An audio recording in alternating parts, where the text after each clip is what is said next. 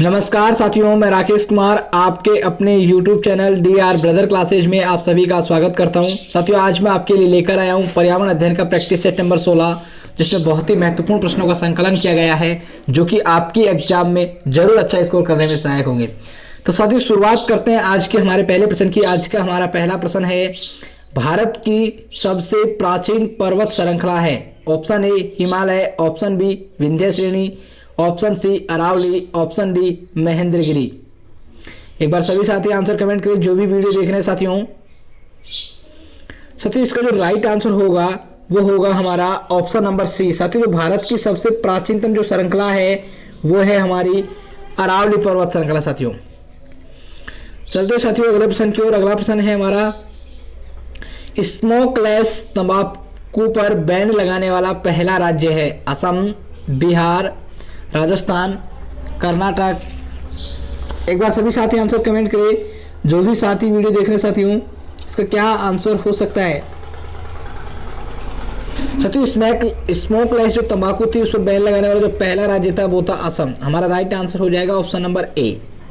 चलते साथियों अगले प्रश्न पर। अगला प्रश्न है हमारा, नेत्रदान के समय आंख का कौन सा भाग दान किया जाता है? Option A cornea, option B retina, option C iris, option D पुतली।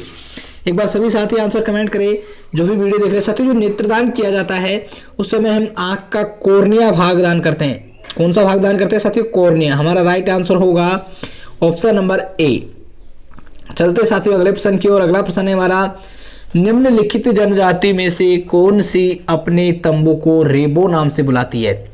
ऑप्शन ए लद्दाख की चांगपा जनजाति, ऑप्शन बी कश्मीर की बकरवाला जनजाति, ऑप्शन सी उत्तराखंड की भोटिया जनजाति, ऑप्शन डी उत्तर प्रदेश की खरवार जनजाति। एक बार सभी साथी आंसर कमेंट करें। साथियों, ऐसी जनजाति जो तंबू को रेबो के नाम से बुलाती है। साथियों, जो लद्दाख की जो चांगपा जनजाति है वो अपने जो तंबू होते हैं उनको रेबो नाम से बुलाती है। साथियों, जो लद्दाख की जो चांगपा जनजाति है ये क्या करते हैं? शंक्वाकार तंबू बनाते हैं, और शंक्वाकार तंबू में याक के बालों के द्वारा बनाते हैं। याक के बालों के द्वारा ये पट्टिकाएं बुनते हैं, जिसके द्वारा इनका एक तंबू तैयार होता है जो शंक्वाकार होता है, उसको ये रेबो के नाम से बुलाते हैं। साथियों, तो हमारा राइट आंसर होगा ऑप्शन नंबर ए। चलते साथियों अगले प्रश्न की ओर। अगला प्रश्न है हमारा, राजस्थान में परमाणु शक्ति केंद्र कहां पर स्थित है? Option A Pokhran, option B Kishangarh, option C Jaipur, option D Rawatbhata. एक बार सभी साथी आंसर कमेंट करें। साथियों, जो राजस्थान में जो परमाणु शक्ति केंद्र है वो हमारा रावतभाटा में स्थित है। साथियों, रावतभाटा कहाँ है? साथियों, चित्तौड़गढ़ में स्थित है। कहाँ है? आपको रावतभाटा नहीं देखने को मिले, जिले का नाम देखने को मिल जाए तो आप सभी साथी ध्यान रखिए। रावतभाटा चित्तौड़गढ़ में क्या है? परमाणु शक्ति केंद्र स्थित है। साथियों, हमारा राइट आंसर होगा ऑप्शन नंबर डी। चलते साथियों अगले प्रश्न की ओर। अगला प्रश्न है हमारा, सरिस्का टाइगर रिजर्व कहाँ स्थित है? एक बार सभी साथी आंसर कमेंट करें। सरिस्का जो टाइगर रिजर्व है वो कहाँ स्थित है? Option A Uttar Pradesh, option B Jharkhand, option C Rajasthan, option D Haryana. एक बार सभी साथी आंसर कमेंट करें। साथियों, जो सरिस्का जो टाइगर रिजर्व है वो राजस्थान राज्य में स्थित है, और राजस्थान राज्य के भी अलवर जिले में स्थित है। साथियों, कहाँ स्थित है? अलवर जिले में स्थित है साथियों, और ये 881 वर्ग किलोमीटर क्षेत्र में फैला हुआ है। साथियों, 881 वर्ग किलोमीटर में फैला हुआ है साथियों ये। चलते हैं साथियों अगले प्रश्न की ओर। अगला प्रश्न है हमारा, राजस्थान में संसदीय निर्वाचन क्षेत्रों की कुल संख्या है? Option A 20, option B 25, option C 30, option D 15। एक बार सभी साथी आंसर कमेंट करें। साथियों, जो राजस्थान में जो संसदीय निर्वाचन क्षेत्र है वो उनकी जो संख्या है वो है हमारी 25। कितने साथियों? 25। अगर आपसे भारत में पूछ लिया जाए तो वर्तमान में जो भारत में जो संसदीय निर्वाचन क्षेत्र है वो 543 है। साथियों, 543। चलते साथियों अगले प्रश्न की ओर। अगला प्रश्न है हमारा, राजस्थान से कितने राष्ट्रीय राजमार्ग गुजरते हैं? Option A 10, option B 7, option C 8, option D 5। एक बार सभी साथी आंसर कमेंट करें। साथियों, जो राजस्थान के जो राष्ट्रीय राजमार्ग है, राजस्थान से जो राष्ट्रीय राजमार्ग गुजरते हैं वो 7 राष्ट्रीय राजमार्ग गुजरते हैं। साथियों, कितने गुजरते हैं? साथियों, 7 राष्ट्रीय राजमार्ग गुजरते हैं, और अगर आपसे पूछ लिया जाए सबसे व्यस्ततम राष्ट्रीय राजमार्ग, साथियों सबसे जो व्यस्ततम जो राष्ट्रीय राजमार्ग है वो है NH8। सबसे व्यस्ततम राष्ट्रीय राजमार्ग साथियों NH8। और राष्ट्रीय राजमार्ग कुल कितने हमारे राजस्थान से गुजरने वाले 7 राष्ट्रीय राजमार्ग गुजरते हैं साथियों। चलते हैं साथियों अगले प्रश्न की ओर। अगला प्रश्न है हमारा, बांस को किस वर्ग में वर्गीकृत किया जाता है? ऑप्शन ए वृक्ष, ऑप्शन बी घास, ऑप्शन सी झाड़, ऑप्शन डी अपतृण। एक बार सभी साथी आंसर कमेंट करिए। साथियों जो बांस है उसको हम घास में वर्गीकृत करते हैं साथियों, और ये जो बांस है सबसे बड़ी घास के रूप में जाना जाता है साथियों। तो बांस को हम घास में वर्गीकृत करते हैं। हमारा राइट आंसर होगा ऑप्शन नंबर बी। चलते हैं साथियों अगले प्रश्न की ओर। अगला प्रश्न है हमारा, राजस्थान का कौन सा जिला 100 द्वीपों के शहर के रूप में प्रसिद्ध है? Option A Chittorgarh, option B Jhalawar, option C Pratapgarh, option D Banswara. एक बार सभी साथी आंसर कमेंट करिए जो भी वीडियो देख रहे हैं। साथियों जो 100 द्वीपों के शहर के रूप में जो हमारा जिला प्रसिद्ध है वो है बांसवाड़ा। साथियों बांसवाड़ा जिले को हम क्या कहते हैं? राजस्थान का 100 द्वीपों का शहर कहते हैं साथियों। चलते साथियों अगले प्रश्न की ओर। अगला प्रश्न है हमारा, राज्य में पूर्णतः बहने वाली सबसे लंबी नदी तथा सर्वाधिक जल ग्रहण क्षेत्र वाली नदी है? Option A Chambal, option B Banas, option C Yamuna, option D Ghaggar. एक बार सभी साथी आंसर कमेंट करें। साथियों जो राज्य में जो पूर्णतः बहने वाली सबसे जो लंबी नदी है, पूर्णतः बहने वाली सबसे लंबी नदी पूछी गई है साथियों, तो वो है हमारी बनास नदी है साथियों। पूर्णतः बहने वाली सबसे लंबी नदी बनास है। अगर आपसे ऐसे पूछ लिया जाए प्रश्न कि सबसे लंबी नदी कौन है, सबसे लंबी नदी या सर्वाधिक सतही जल वाली नदी, तो साथियों आपका राइट आंसर होगा चंबल। आप सभी साथी ध्यान रखें, सबसे लंबी नदी चंबल है। लेकिन अगर आपसे पूर्णतः यहाँ पर पूछा गया पूर्णतः बहने वाली जो नदी है सबसे लंबी, वो बनास है साथियों। आप सभी साथी इस प्रश्न को ध्यान रखें, मोस्ट इंपॉर्टेंट क्वेश्चन है साथियों। चलते हैं अगले प्रश्न की ओर। अगला प्रश्न है साथियों हमारा, नवधान्य संगठन किससे संबंधित है? ऑप्शन ए सिंचाई, ऑप्शन बी कृषि बीमा, ऑप्शन सी जैविक खेती, ऑप्शन डी उपयुक्त सभी। एक बार सभी साथी आंसर कमेंट करें। साथियों जो नवधान्य जो संगठन है वो किससे संबंधित है? साथियों जो नवधान्य संगठन है वो जैविक खेती से संबंधित है। किससे संबंधित है साथियों? जैविक खेती से संबंधित है। हमारा राइट आंसर होगा ऑप्शन नंबर सी। साथियों जो इस संगठन की जो स्थापना थी एक पर्यावरणविद थी जो कि डॉक्टर वंदना शिवा। आप ध्यान रखें, नवधान्य संगठन की जो स्थापना की थी डॉक्टर वंदना शिवा ने की थी। और इसका जो कार्यालय है साथियों, इसका जो कार्यालय है डॉक्टर वंदना शिवा ने की थी, और इसका जो कार्यालय है वो नई दिल्ली में स्थित है। यह जो संगठन है नवधान्य संगठन क्या करता था साथियों? किसानों को हाइब्रिड व आनुवांशिक जो बीज होते हैं उनसे होने वाले जो दूरगामी खतरे हैं उनके प्रति जागरूक करता है साथियों। आप सभी साथी ध्यान रखिए। चलते साथियों अगले प्रश्न की ओर। अगला प्रश्न है हमारा, निम्नलिखित में से कौन सा पदार्थ की द्रव अवस्था से संबंधित है? ऑप्शन ए द्रव का आकार निश्चित होता है, ऑप्शन बी द्रव का आयतन अनिश्चित होता है, ऑप्शन सी अंतराणुविक बल सर्वाधिक होता है, ऑप्शन डी द्रव का आकार अनिश्चित होता है। एक बार सभी साथी आंसर कमेंट करें। जो भी साथी वीडियो देख रहे हैं साथियों इसका राइट आंसर क्या होगा कमेंट करें साथियों। साथियों द्रव का जो आकार होता है वो निश्चित होता है, नहीं होता है साथियों। द्रव का आकार निश्चित कहाँ होता है? द्रव का जो आकार तो अनिश्चित होता है साथियों।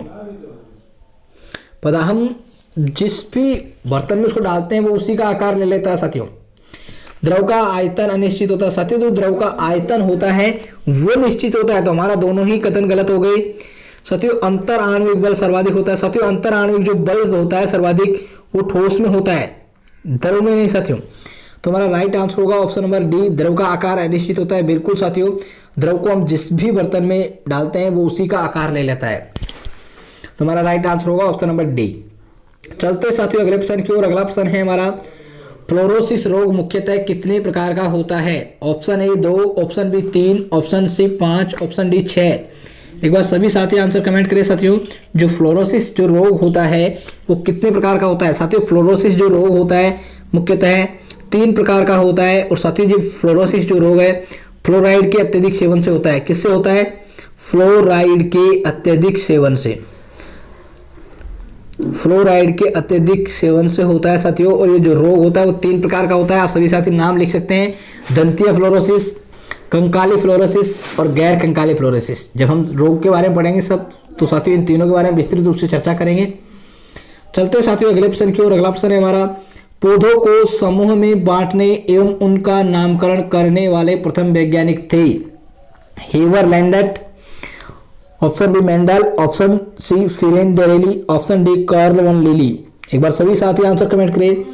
साथियों पौधों को समूह में बांटने और उनका नामकरण करने वाले जो प्रथम वैज्ञानिक थे वो कौन थे, कमेंट करें साथियों एक बार। साथियों इसका जो राइट आंसर होगा डॉक्टर वॉन लिली। साथियों कार्ल वॉन लिली। साथियों जो कार्ल वॉन लिली है इन्होंने पौधों को समूह में बांटा और उनका नामकरण सर्वप्रथम किया था साथियों। चलते साथियों अगले प्रश्न की ओर। अगला प्रश्न है हमारा, विद्यार्थियों को गहन सोच विकसित करने में सक्षम बनाना निम्न में से किस गतिविधि का उद्देश्य है। ऑप्शन ए सह पाठ्यक्रम गतिविधि, ऑप्शन बी परियोजना पर्यवेक्षित अध्ययन विधि, ऑप्शन सी परियोजना विधि, ऑप्शन डी स्रोत विधि। एक बार सभी साथी आंसर कमेंट करें। साथियों जो इसका राइट आंसर होगा वो होगा हमारा ऑप्शन नंबर डी स्रोत विधि। साथियों जो स्रोत विधि होती है वो क्या करती है, गहन सोच विकसित करने में सहायक होती है। साथियों जो स्रोत विधि होती है वो हमें प्रत्यक्ष अनुभव प्रदान करता है, जिससे हम क्या करते हैं, विषय को बेहतर तरीके से समझ सकते हैं। अर्थात यहाँ पर जो स्रोत विधि से जो तात्पर्य है कि शिक्षण के दौरान हमें जो मूल स्रोतों तथा सामग्रियों के उपयोग से है और छात्रों में गहन सोच विकसित करने में सक्षम होती है साथियों। तो हमारा राइट आंसर होगा स्रोत जो विधि है वो गहन सोच विकसित करने में बालक को सक्षम बनाती है। चलते साथियों अगले प्रश्न की ओर। अगला प्रश्न है हमारा, ईवीएस विषय के लक्ष्यों को प्राप्त करने के लिए एनसीईआरटी के अनुसार शिक्षण पाठ्यक्रम में निम्नलिखित पर आधारित हो सकता है। ऑप्शन ए पर्यावरण के संबंध में अधिगम, ऑप्शन बी पर्यावरण के माध्यम से अधिगम, ऑप्शन सी पर्यावरण से अधिगम, ऑप्शन डी उपरोक्त सभी। एक बार सभी साथी आंसर कमेंट करें साथियों। इसका जो भी साथी वीडियो देख रहे हैं साथियों आंसर कमेंट करें।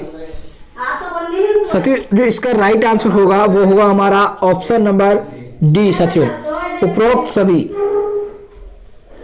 साथियों जो पर्यावरण जो शिक्षा होती है उसका जो मुख्य केंद्र बिंदु जो होता है छात्रों को वास्तविक जीवन की दुनिया जिसमें वे रहते हैं उन सब का विश्लेषण करने, मूल्यांकन करने और पर्यावरण से संबंधित जो समस्याएं होती है, जो चिंताएं होती है, उनके बारे में निष्कर्ष निकालने और आकर्षित करने में सक्षम होना चाहिए साथियों। और इन लक्ष्यों को अगर हम प्राप्त करें साथियों तो पर्यावरण के बारे में सीखना, पाठ्यक्रम जो होता है वो पर्यावरण के बारे में सीखना, पर्यावरण के माध्यम से सीखना,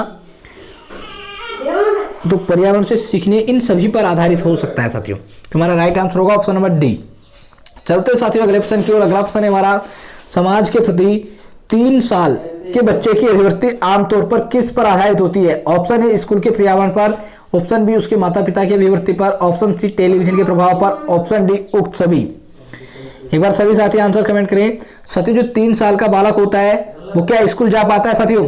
नहीं जाता है साथियों, वो घर पर ही रहता है। तो हमारा स्कूल के पर्यावरण पर तो आधारित हो ही नहीं सकती। 3 साल का जो बच्चा टीवी देखता है साथियों, बिल्कुल नहीं देखता है साथियों। जो 3 साल का बच्चा होता है उसके माता पिता का जो बिहेवियर होता है, जो व्यवहार होता है, जो उनकी मनोदशा होती है उस पर ही आधारित होता है साथियों। उसके साथ जैसा व्यवहार किया जाता है बालक वैसा ही सीखता है साथियों। तो उसका राइट आंसर होगा ऑप्शन नंबर बी, उसके माता पिता की अभिवृत्ति पर बालक समाज की प्रति अभिवृत्ति रखता है साथियों। चलते साथियों अगले प्रश्न की ओर। अगला प्रश्न है हमारा, एनसीएफ 2005 के अनुसार प्राथमिक स्तर पर कक्षा में प्रयुक्त भाषा होनी चाहिए। एक बार सभी साथी आंसर कमेंट करें साथियों, क्या आंसर होगा साथियों? इसका जो राइट आंसर होगा ऑप्शन नंबर ए साथियों, इसका राइट आंसर होगा लैंगिक संवेदनशीलता। साथियों ऑप्शन में थे लैंगिक संवेदनशीलता, लैंगिक पक्षपाती, लैंगिक रूढ़िबद्ध धारणाएं या उपरोक्त सभी। साथियों इसका जो राइट आंसर है वो है हमारा ऑप्शन नंबर ए, लैंगिक संवेदनशीलता।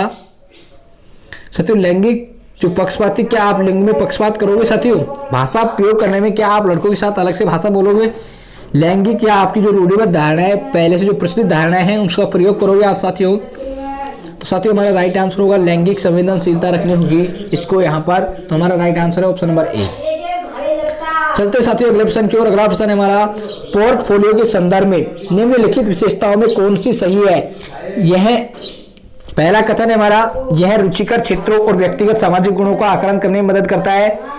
2, इसमें केवल एक बच्चे का सबसे अच्छा काम समाहित होता है। 3, यह केवल टेस्ट रिकॉर्ड करता है। 4, यह माता पिता को अपने बच्चों की कमजोरियों और ताकतों के संदर्भ में जानने में मदद करता है। हमारा ऑप्शन ए कह रहा है कि पहला और दूसरा कथन सही है। ऑप्शन बी कह रहा है पहला, दूसरा और तीसरा कथन सही है। ऑप्शन सी कह रहा है पहला और चौथा कथन सही है। और ऑप्शन डी कह रहा है उपयुक्त सभी। एक बार सभी साथी आंसर कमेंट करें साथियों, इसका क्या राइट आंसर होगा। मोस्ट इंपोर्टेंट क्वेश्चन है, पोर्टफोलियो के बारे में पूछा गया साथियों। जो पोर्टफोलियो होता है एक तिमाही के दौरान बच्चों का जो काम होता है उसका संग्रह होता है साथियों। और यह होता है प्रत्येक 3 माह में केवल बच्चे के सर्वश्रेष्ठ कामों का ही प्रतिनिधित्व नहीं करता है, बल्कि बच्चे के जो सभी प्रकार के जो कार्य होते हैं उन सभी का प्रतिनिधित्व करता है। यह जो होता है शिक्षक, माता पिता की जो बच्चे की जो कमजोरियां होती है, बच्चे की जो कमजोरियां होती है, जो ताकतें होती है, उनको जानने में मदद करता है। अभिभावक उनके बारे में जान पाते हैं। इसके अतिरिक्त यह होता है जो रुचिकर जो क्षेत्र होते हैं, जो बच्चों के व्यक्तिगत जो सामाजिक गुण होते हैं उनका आकलन करने में भी मदद करता है साथियों। ये जो होता है केवल एक बच्चे का सबसे अच्छा काम समाहित नहीं होता है साथियों, यह केवल टेस्ट रिकॉर्ड करता है। टेस्ट रिकॉर्ड करता है लेकिन साथियों केवल टेस्ट ही रिकॉर्ड नहीं करता है। तो हमारा जो दूसरा और तीसरा कथन है वो बिल्कुल गलत है साथियों। पहला और चौथा कथन है हमारा बिल्कुल सही है। तो हमारा राइट आंसर होगा ऑप्शन नंबर सी साथियों। चल साथियों, आज का प्रैक्टिस सेट हमारा यही समाप्त होता है। आपको हमारे प्रश्न कैसे लगे, आपके कितने प्रश्न सही हुए, आप सभी साथी एक बार कमेंट बॉक्स में कमेंट करके बता दीजिएगा।